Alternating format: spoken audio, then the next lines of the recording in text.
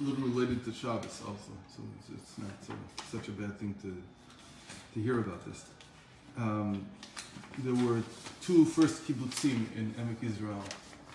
They were founded in 1925 and 27, I think. Emek Israel is where... Emek Israel is like the most important valley in Eretz Yisrael. Yeah, that's where the train line goes now. There's a train there now. To Beit Shan. Right, so Beit Shan is on one side, and Haifa is on the other side, basically. So, there's some religious kibbutz in there. No, not really. There is. Not even one. It's 3 or 4. Not even one. My sister was there. In Beit Shan, yes. In Emek Beit Shan, yes. Not in Emek Israel. Yeah, okay. Emek Israel is like in Israeli folklore, especially the modern one. It's the most formative part. Shalamim. No, it's not Shalamim. That's something else. Forget, cross that off. Yeah. There's 3 religious kibbutzim in Emek Beit Shan, in the Beit Shan Valley. The Beit Shan Valley is a little connected to the Israel Valley, but it's not Israel. Hosea was very big on Israel. The prophet Hosea, he was around there. In any case, so there was that these kibbutzim were founded basically on socialist and communist ideals. Yeah, they had pictures of Lenin and Stalin all over. Stalin, that's a big thing. And they didn't want to have anything to do with Yiddishkeit, and so they had a very strong anti-religious sentiment there, very, very strong. Even though they weren't even Shomer HaTzeir, they were like the regular kibbutz movement. So this woman, Fania Gerbstein, or whatever her name was, she came from Poland, and she was an adult in the 20s. I guess she was in her 20s, in her late 20s, something like that. And she didn't have anything against her parents. She had a good relationship with them, I guess. She left them in Poland. She came here. And she wanted to have, she had religious sentiments, as they call it. So she wanted to light Shabbos candles in the kibbutz dining hall on Friday night. And they wouldn't let her under any conditions. And any kind of religious sentiment that she tried to express, they shot down. And it was very difficult there because, people were really struggling to survive. They were like 20, 30 people, mostly in their 20s, maybe early 30s, holding on to land that was really, really difficult at the time to hold on to. So you're under this compressor of a social compressor where nobody wants to hear your side, right? And they give no room for your sentiments and any of your feelings. So she ended up writing a song. And the song's very interesting. The song says that you, my parents, my mother and my father, planted in me nigunim, meaning melodies. And she describes the whole atmosphere of her home in Poland. And it was very, I guess, from Hasidic home, exactly what she was. And so she describes this and how it lives inside her in the form of the melodies she heard from her parents and this and that. And this became even stronger after the Holocaust. Everything was lost. All the Polish Jewry was lost. And so it was really very, very difficult for her. So she eventually it was set to music. And the music, I think, is haunting. It's not like regular music. Where is she now? She passed away a long time ago. She was in the 20s. She was in her 20s. So, no, but she came from in the end, or not? No, I don't think so. But that song was like a remnant from how impressive, what a tremendous impression Shabbos in a Jewish home leaves on a young person, even if they seem to be distant out of it and going in a different direction. And I've been hearing it lately because why did it suddenly come up? Because the person who made the song popular, I don't know why, was Yoram Tahalev. He was a guy who just passed away 2 weeks ago. He's a very, very interesting man. He was also from one of the kibbutzim in the Emek. I don't remember which one. And he also was not anti-religious. He had a lot of religious sentiments. He wasn't frum, or at least I don't know if he wasn't outwardly frum. And because of it, suddenly the song is coming up because I know exactly what the reason is. So Dadi Ben Ami, who sang it in the 60s or 70s and made it popular, he passed away 2 years ago from the corona. And Yoram Ta'alev now just passed away. I don't remember what his role. They were neighbors also. Dadi Ben Ami was from Beit Alpha, which is a moshav. It's not a kibbutz. But they all knew each other there. The Emek was it's a very small area. Maybe I don't know, 200 square kilometers, like the whole Emek. And everybody knows everybody there. So I was thinking about this. The last few days it's been haunting me, the song, because the music I heard when I was, I guess, I was 5 or 6 or 7 years old. It stuck with me.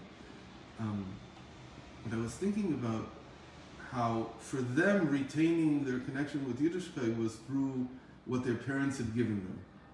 But there's a whole generation now that doesn't understand how important it is, if they want to retain anything, how much they need to leave an impression on their children. They don't even know how to do it. They just have no clue. Now we got the reverse, that Fania, she's singing about the impression that her parents left on her in Poland in the early 1900s, or maybe late 1800s. And now you have a whole generation of people coming back to Yiddishkeit that don't understand how powerful these things are. They just, because they didn't go through it themselves, because their parents were not from at all. They didn't know anything. So it's a very... That's why you go Bati Chabad every square inch. What? Bati Chabad is the last... See, but Batei Chabad don't know how to do that either. They're not aware of... There's a big problem in Chabad. I mean, most of the shluchim go around it. But there's a big problem. Chabad doesn't sing at the Shabbos table. It's a huge problem. Oh, they do in the Bati Chabad. Right. Out in the sticks, because they've seen all the Israeli songs, and they sing everything. Right. David Melech Yisrael, Right. Exactly. But these things are, excuse me, David Melech Yisrael can throw it out into the trash. It's not a song. It's really nothing. These are not nivunim. They don't touch the soul. They don't do anything. They're like good for clapping. They're good for acting like a monkey on a pole or something. They have no soul. They have nothing. They're empty. And Chabad is tremendous nigunim, but they don't. I haven't seen. Maybe I'm wrong, but I haven't seen people that came out of Chabad houses understanding the value of the Shabbos table. They just don't get it. Because in Chabad, what can you do? The Alter Rebbe was on a different level, and he didn't want anybody to sing, and he wanted to, certainly not with words, and he wanted the Shabbos table to be quick and to the point, so that people could get back to learning on Shabbos. That was his. In that sense, Chabad is very litvish. They don't get it. The Mamish don't get it. So, anyway. Shlomi, whose birthday is today, tells me how he was in Delhi. He started to make Chabad there. He started to make Chabad there? He was one of the people who, at the very beginning, when they were first starting to make Chabad, he was there Shaliach for 6 months from, what do you call it? From Kvutza.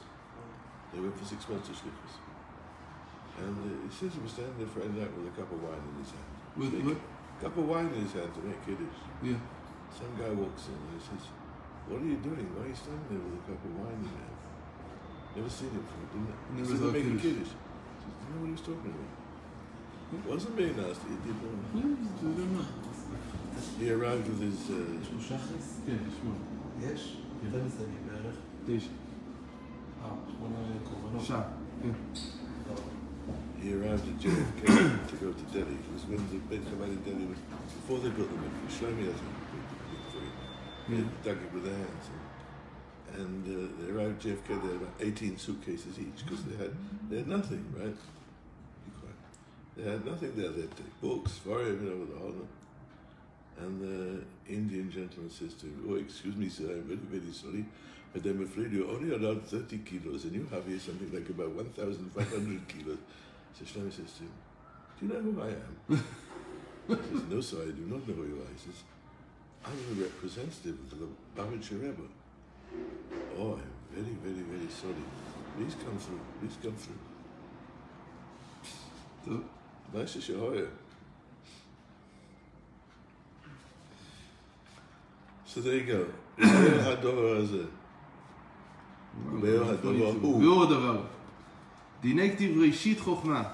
what do we ended with the idea that the higher wisdom is not complete until it comes down to imbue the lower wisdom.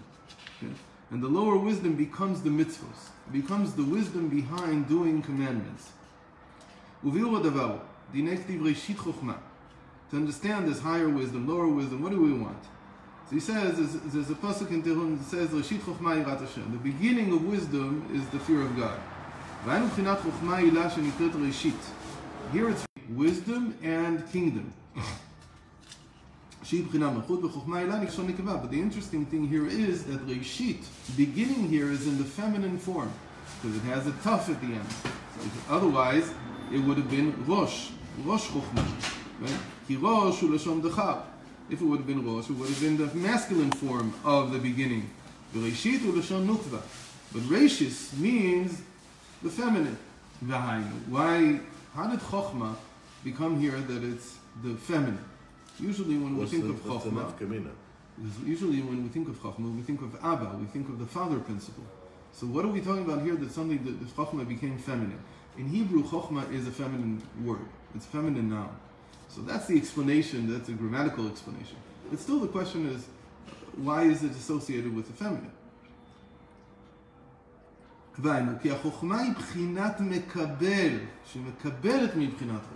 Chiddush is, the Chochma is not the highest thing, wisdom is not the beginning, we have the Keter above it, we have the crown above it. So the Chochma receives from something about it, from the head, from the crown. Well, everything receives from some things. Right, the Keter is nothing above it. We're talking about the spheres. Keter is the highest. The Keter receives from Hashem. Everything receives. And Hashem doesn't receive. Again, when we're talking about the spheros, we'll see in a second what does it mean that it receives. We don't mean, yes, there's always something above you.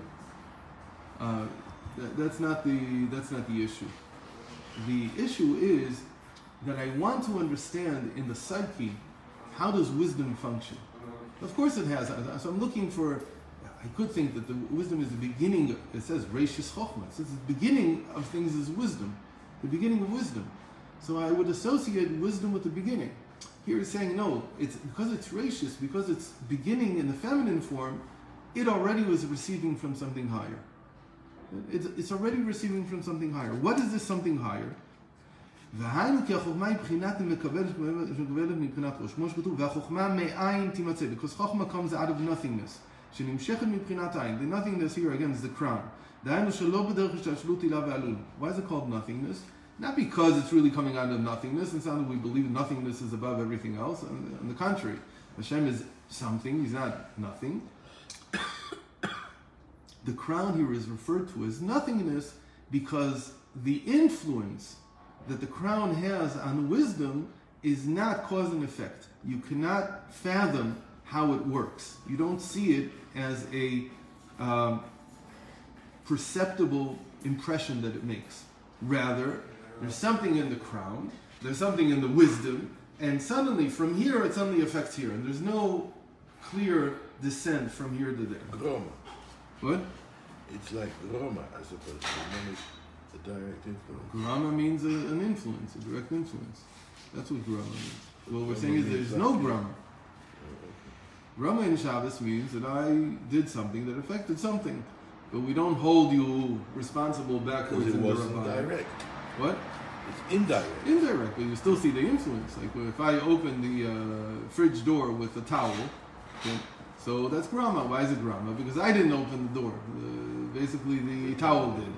But obviously, the towel doesn't have any ability to open it by itself, so it's a Grama. I caused that. But here there's no causation. There's no chain of causation. What you see is you see a skip. It's what we call a dilug.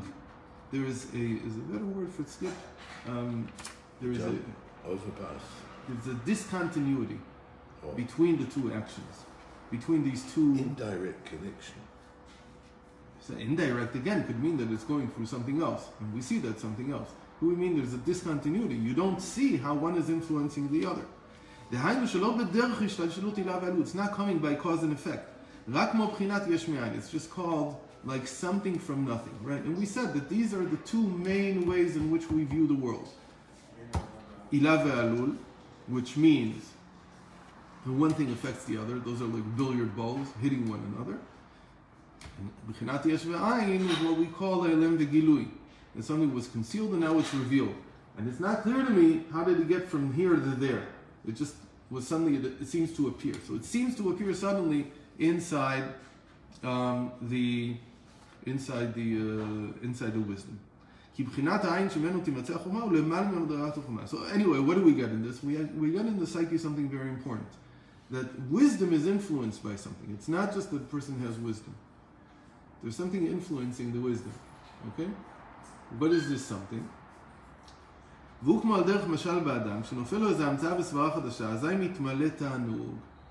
he says, when a person has a new idea, wisdom is always an insight, a flash of insight. So when he has a flash of insight, he is filled with pleasure from it. He gets pleasure from it. So I don't understand how he knows this, but now he says, because the result of having wisdom, of having a flash of insight, is pleasure, from that I see that the pleasure is the cause of the wisdom. But the pleasure is the result of the wisdom. It's the source of the wisdom. But it's the result. It's the result. So why do you say it's the source? That's what I just asked you. So he says like this. The way you need to understand this is like this. The wisdom does not give rise to pleasure. It's not that the wisdom gives you pleasure. That's not how it works.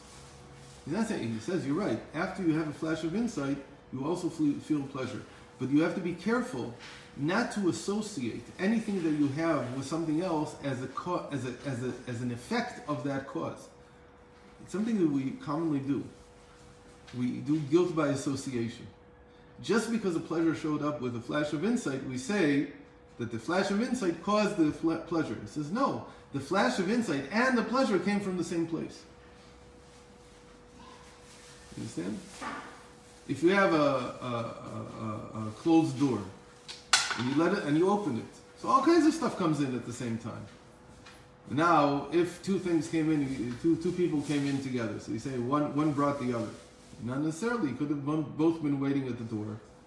They had arrived for different reasons. When you open the door, they both came in. So that's what's happening with pleasure. How does he know this? How does he know that they're not cause and effect? Because there's no cause and effect. Because wisdom does not cause pleasure. There's no such thing. They're associated. They came at the same time. Why did they come at the same time? Because both of them came from the same place. The pleasure is from the origin of the wisdom. But now we learn something more. It says not just that the pleasure came from the same origin as wisdom did, but pleasure is what we call that origin. The origin itself is called pleasure. Ta'anug. That's the second head of the crown. Because of that, when the accompanied with a feeling of pleasure, but you see that over time the pleasure diminishes. That it's not the wisdom is causing the pleasure, because if it was the wisdom causing the pleasure, you should be able to continue to feel the pleasure just by recalling the flash of insight. Again, if the flash of insight was what was causing the pleasure, it should be enough to just remember the flash of insight to feel pleasure again. Maybe you do. You don't. Try it. You'll see that there's no pleasure with it. The pleasure is at the moment of the insight. So it says, from that I see that the pleasure comes from a higher source. It comes from the source of wisdom itself. So, but afterwards, when the flash of insight is now older, and you've grown accustomed to it, it's not a chiddush anymore, it doesn't have such joy, such pleasure from the idea that came to his mind. Because now it's further away from the original source. flash. Now, it's not that understanding something doesn't cause you excitement. That's true, but it's not pleasure. So this requires a lot of analysis. But what he's saying is that once the wisdom is in your mind, and now you take it and you develop it further, that causes another round, not of pleasure, but it's called of excitement. And that means that wisdom has handed off the idea to understanding. And understanding is now expanding it and building it up and connecting it to other things and so on. And that also causes excitement, but it's not pleasure. It's not the same thing. Pleasure is the sense that I've suddenly uncovered a new insight into things. And that only happens Eureka moment. Yeah. וכמו כן למעלה בחינת הענוג העליון הוא מקור החוכמה, וזהו בחינת מאין תימצא, מאין הוא בחינת עונג, וזהו שנקראת חוכמה ראשית שהיא בחינת מקבל מבחינת ראש, הוא התענוג העליון שנקרא ראש, אותיות אשר, הוא לשון עושר, ותענוג כמו באושרי, כי ישון בנות אשרי יושבי. So he says this whole thing means, for our purposes, that wisdom comes from the nothingness, which means it's a something from nothing experience. You can't tell where the origin is, and it's accompanied with pleasure because its source is in pleasure. And the words for pleasure are the same. The letters for pleasure, the word for pleasure, are the same letters as for head. So the rosh becomes osher. It's a good way to remember this dynamic. That the rosh, the head, becomes osher. Same letters. Reish aleph shin reish. Same. These words, though, they also are in the bracha. When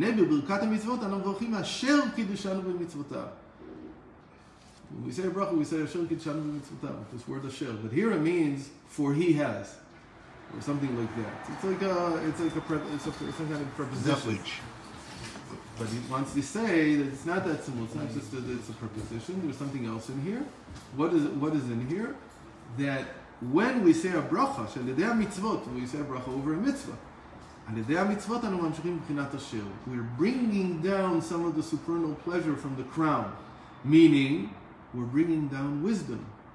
When you do a mitzvah, what you're doing is you're taking the supernal wisdom and you're turning it into practical, mundane wisdom that is needed in order to do a mitzvah. That's the origin of pleasure in life. This is the supernal pleasure. And you're bringing down from the supernal pleasure to the mundane pleasure, to the lower pleasure. שם בחינת ייחוד העילה וייחוד התת, שנמשך בהן מבחינת עונג העליון. וזהו פירוש הברכה, ברוך אתה השם אלוקינו, מבחינת ייחוד העילה דחוכמה ובינה אצילות, ואחר כך מלך העולם, מבחינת ייחוד התתה, משרים להם מבחינת אשר גידשם, מבחינת עונג העליון. So in the bracha itself, we're bringing down from the supernal pleasure, using the supernal pleasure to create two unifications. The unification above, that's the higher pleasure, the higher wisdom, and the union below, that's the mundane wisdom. Mundane or lower?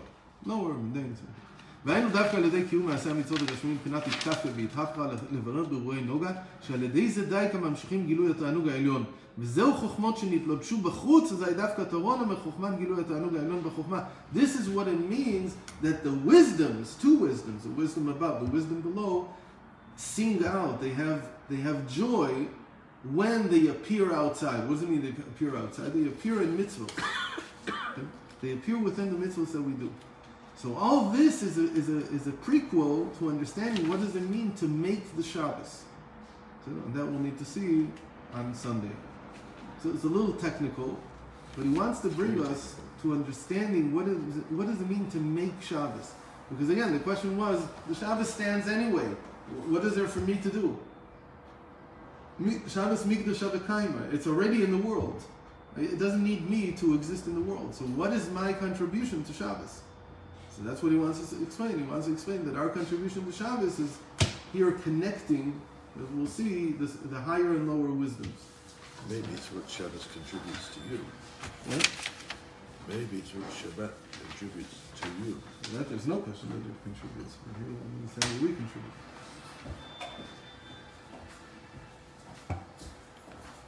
Fine. Good Shabbos. You too. You're not coming. Where? Here. On Shabbos?